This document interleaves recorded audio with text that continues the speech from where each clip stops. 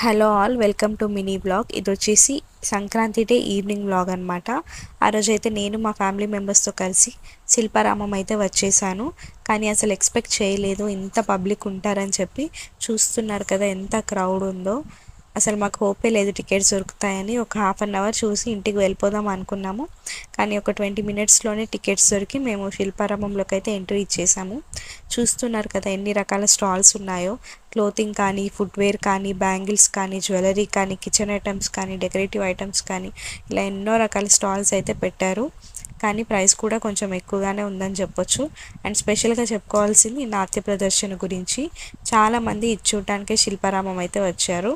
And ఇవన్నీ మట్టితో చేసిన పాత్రలు చూడడానికి అయితే చాలా క్యూట్గా ఉన్నాయి. కానీ ప్రైసెస్ కూడా అలానే ఉన్నాయి, బికాస్ ఇవన్నీ హ్యాండ్మేడ్ కాబట్టి.